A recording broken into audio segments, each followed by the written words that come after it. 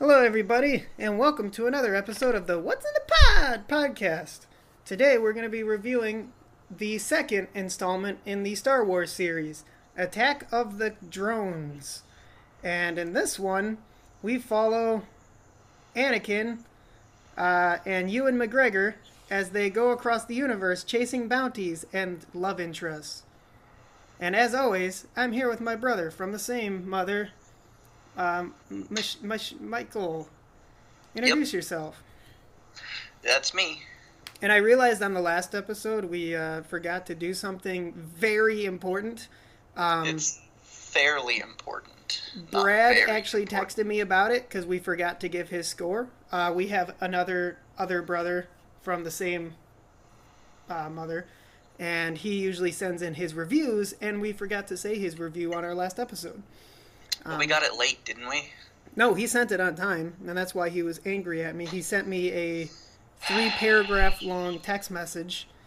He did not. About how angry he was, and then he also tweeted to me, which I didn't know he had Twitter, and he said hashtag way to forget a brother, and then he said hashtag betrayal, and he said hashtag, and then there was nothing after that hashtag, so I think he just sent it on accident. Because then he tweeted a second time. Spelling out the word hashtag rather than using the pound sign.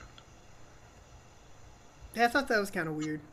But that would explain why he got to 140 characters so quickly and the last hashtag just... Because it was like #TA. So I think he just ran out of words and then it just cut him off. Anyways, he gave the first installment of the Star Wars movies, that is The Phantom Menace. He gave that one a 10 out of 10, it looks like. He said, well, at least somebody in the world liked it. He said that Jar Jar Binks deserved more screen time, and that the little kid Anakin, I hope he never grows up. That's cool. That's cool. Well, unfortunately in this one, Anakin grows up. And believe it or not, he grows up to an even more annoying little shithead. Yeah, I honestly didn't think that a character could whine more in a movie from the previous kid to the new Anakin. And he topped it by quite a bit. And right from the first creepy encounter to the first one-on-one alone time with him, Natalie Portman was sold. Like, this is the man of my dreams. All he does is bitch and complain to me. And complain and come on to her. Yeah. And like everything else. The whole movie was had some really interesting undertones of persuasive... I can't think of a word for it. But basically it was like a giant movie about Tinder. Like, do you want to go out with me? No. Do you want to go out with me? No. Do you want to go out with me? No. Do you want to go out with me? No. Sand gets everywhere. Okay, now I want to go out with you. I'm sold. I hate sand. It's coarse and it gets everywhere. But it's not like your skin, which is flat. We can't do this. I'm a senator. Oh my god. The stupidest thing ever. Oh, after you told me about all that sand that gets everywhere, like, I think I'm on board with this all of a sudden. Let's make out. Get your sand in my vagina any day. Yikes. Oh yeah, I went there. But anyways, yeah. I do have to give this movie a lot of credit. The very end of the movie, when they decide to get a little ballsy and they chop off Anakin's hand and like force push him, and everything ends on like kind of a lower note. I thought that was really original, that a movie would just end like that, where it's like, oh, we're gonna cut off the main character's hand. Like, you don't really see that very often in films, and it was refreshing to see that in a movie of this caliber. Even though like everything else leading up to it was kind of poorly written, it's like at least they had that moment where they just chop off that hand. It's like, whoa, no one's ever seen that before. It's surprising, Yeah, it was kind of cool. I mean, even the like that. I mean, we're jumping the gun, getting to the back end of the movie first, but like the whole battle sequence at the end with all the like Jedi, most of them, nobody, like none of them had names. They just all looked really weird and had like different color blinky swords. But yeah, most of them died. That was that was kind of surprising. It's like, hey, here's all the heroes. They just showed up, and yeah, now like half of them are dead, and I guess that sucks. Yeah, for but as feared there's and other ones that are still alive. For as feared and powerful as they try to make the Jedi out to be, a lot of them just drop like flies. Yeah, seriously. I mean, just, some droids, like, shooting at him, and it's like, oh, yeah, I just totally died. Bit the dust here. Don't you have powers? Couldn't they be, like, shooting lightning at each other like they did at the end of the movie? Like, no other of the Jedi dudes can just, like, massive lightning all of those droids, and then they would have been fine. Why is Yoda, like, the only Jedi that's able to do backflips?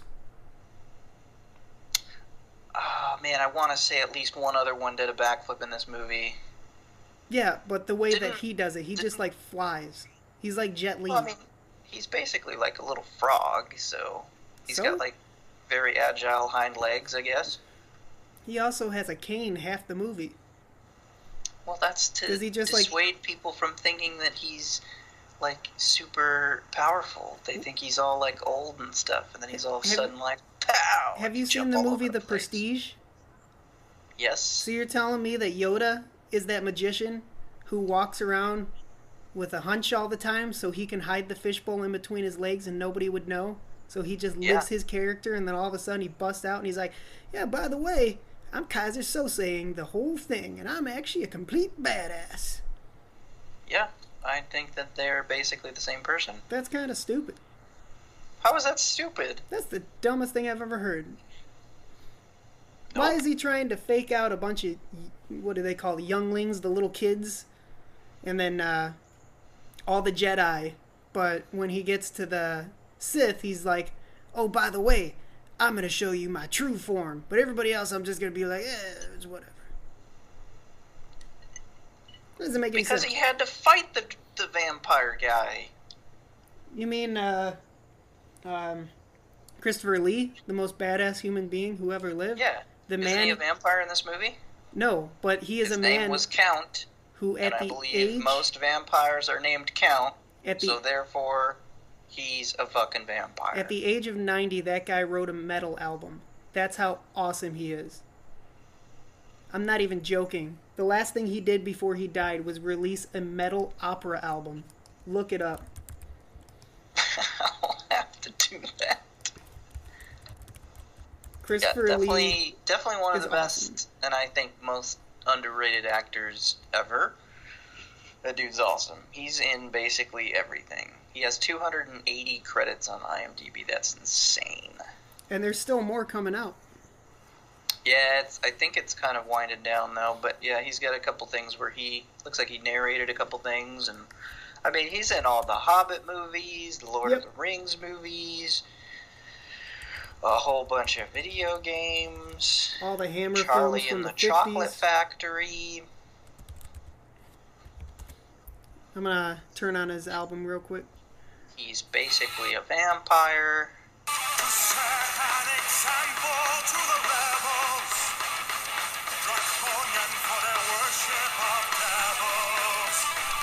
That's Christopher Lee.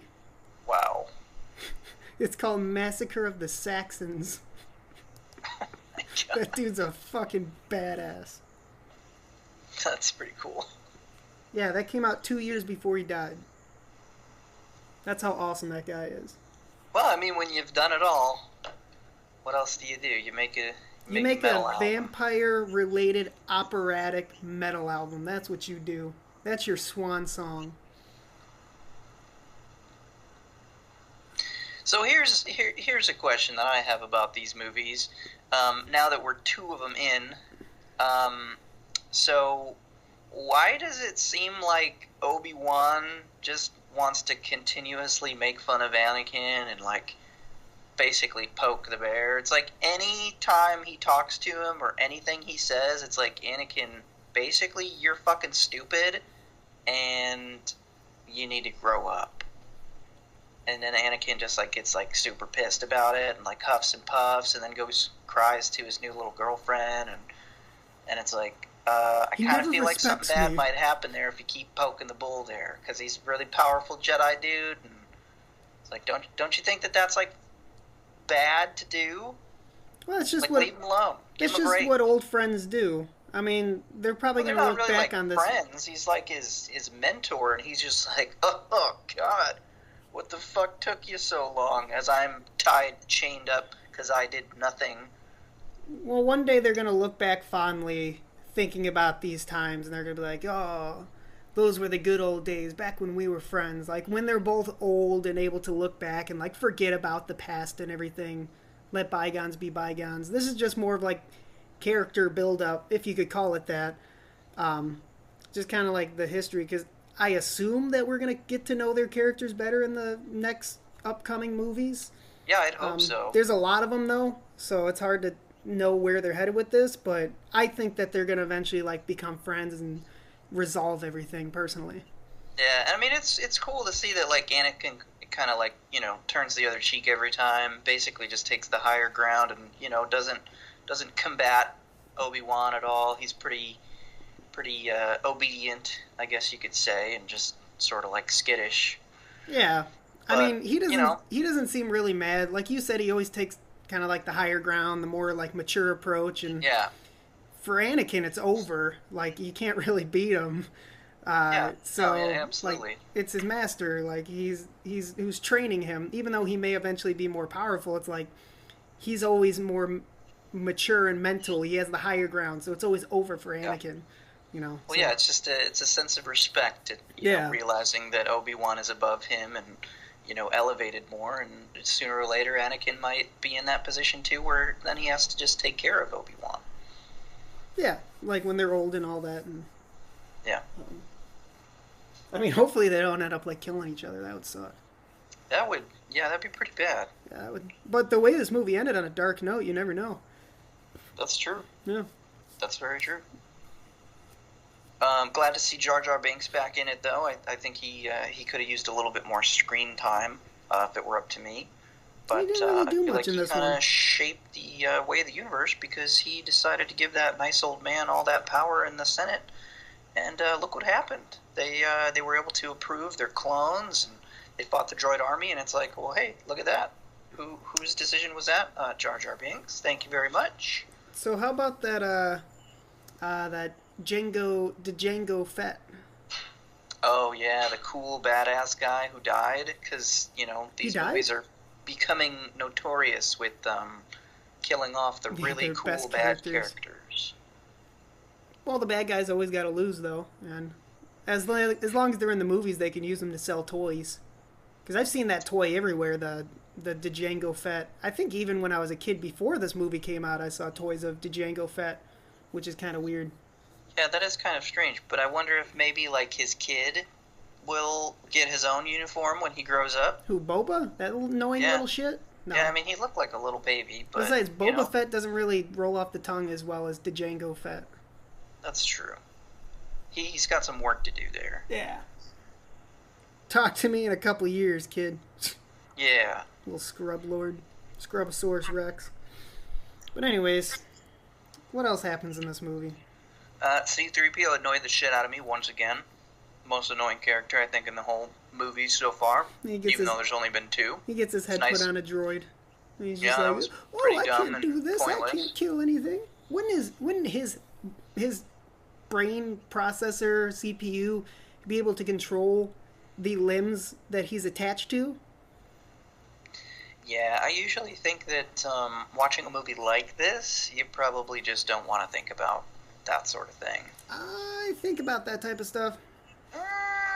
Because if Elon Musk is out there creating underground tunnels for like super fast transportation and all that crap, and they're coming up with quicker and quicker thinking like computers, and they're having why can I not think of the word right now? Artificial intelligences that are creating their own languages. Like, this is the type of stuff we got to think of now. That's why they call it sci-fi, because reality is influenced by sci-fi films. So if they're doing it in the sci-fi films, eventually somebody else is going to try to mimic it in real life. So if they're already creating robots, we have to think about how robots think and learn and use those limbs. I'm going on a rant that has nothing to do with this stupid movie. Yeah, but I think that's the point, though. Like, drones and stuff like that aren't supposed to think. Like when they have but they can deliver packages. Physical and verbal reactions to certain things, like, oh my god, like, no, you're a droid, you're not supposed to do that. You're supposed to just go in and shoot stuff. And he's got that really weird accent, like, where he's like a butler. Well, yeah, but it's like droids, you know, I understand like AI could be a thing, but like those regular droids, like droids freaking out because the big monster got loose. It's like, no, you don't have feelings. You can't fear things. You're a computer. I guess you could say there is no fear or loathing in Las Vegas for these droids. Man, I hope that one of these movies they go to Vegas and just like, that would be fucking cool. Like use some force pushes on like the roulette ball to win a whole bunch of money, or a craps dice. Like that's what they need to be doing here. None of this saving the galaxy crap. Why don't you go make like $1 billion at the casino? Come run my mall. You'll make $1 billion. I don't get it. It's from Tim and Eric, $1 billion movie. One of the greatest movies ever made. Fun fact, back when Netflix actually had star ratings, so you could do the 1 through 5, there's only 2 movies I ever gave 5 stars to. That was Pulp Fiction and the Tim and Eric $1 billion movie.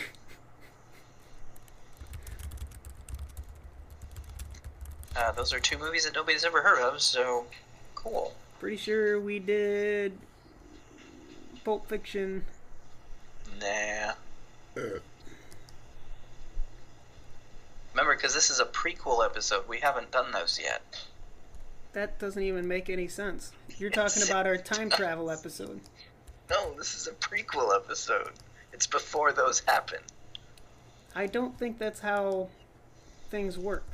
Just think about it. Think about it for a few minutes. It'll rather come not. To you. I literally just watched this movie, and I have nothing else to say about it. Yeah, I honestly don't either. Like, we watched it the other day, and I gotta be honest, it's kind of just a great big pile of shit. I kind of forgot most of what happened in this movie, and right about 10 minutes before we started recording, I finished watching it. Like, I'm not even joking. I went to the store... That's why you said 37 minutes and 23 seconds. That makes sense now. Yes. I thought you were just making, like, a giant bag of popcorn. No. I was telling you the remainder of the movie, but I was actually off by 20 minutes. That's why it took longer. I misread the 5 to be a 3. But, so I went to the store earlier today, and I begrudgingly... Man, tell me all about that. Our audience really wants to know about you going to the store. Please continue. And I begrudgingly bought the DVD copy of this movie, and the person at the checkout told me, wow, like, I really like these movies. They're very nostalgic for me. Like, a lot of people hate them, but I actually kind of like them. And I was like, I'm buying this movie so we can make fun of how bad it is. Yes. I was like, I'm sorry. Now please cease communicating to me and just ring it up. Like, I'm sorry to burst your bubble, but I'm not buying this for the reasons you think I am. Yikes. That review I sent you, though, the Red Letter Media, his character in it, when he's reviewing the movies, goes from reviewing the films to the people that he has trapped in his basement, that he forces to put together puzzles and rewatch Attack of the Clones on repeat 24/7. It's pretty fucking fun. Yeah, it would be torture, because honestly, like, 2 movies in, I feel like we have a winner here for worst movie so far.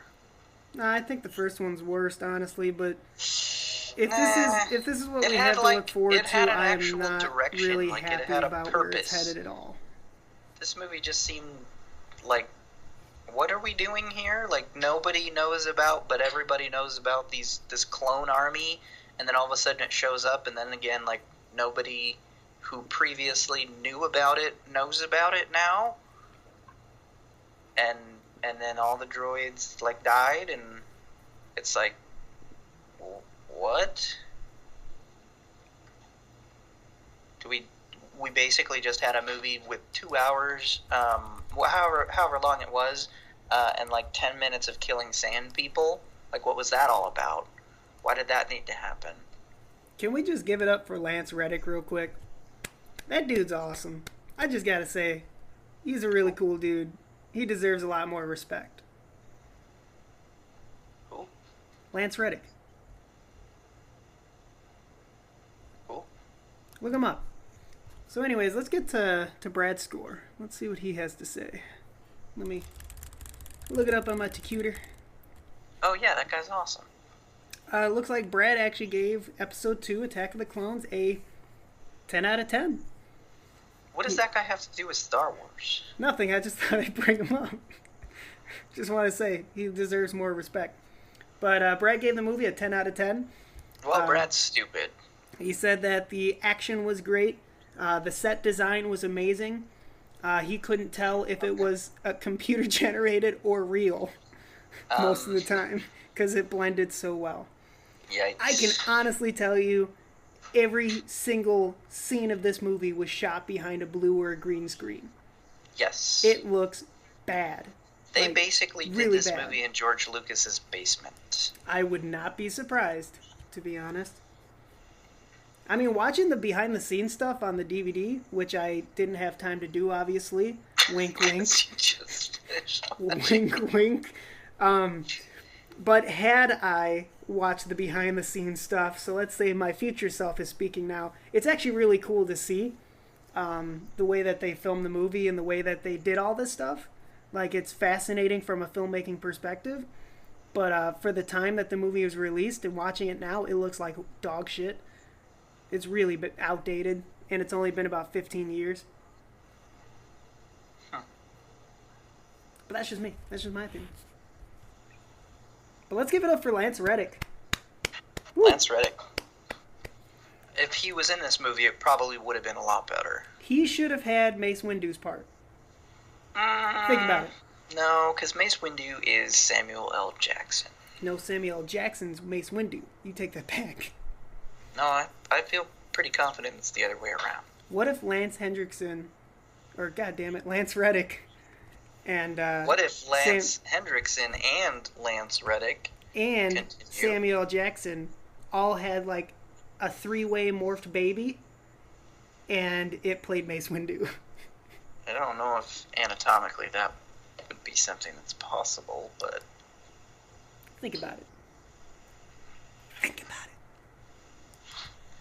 Well, do you have much? I don't think I really have much else for this stupid movie. It was very disappointing.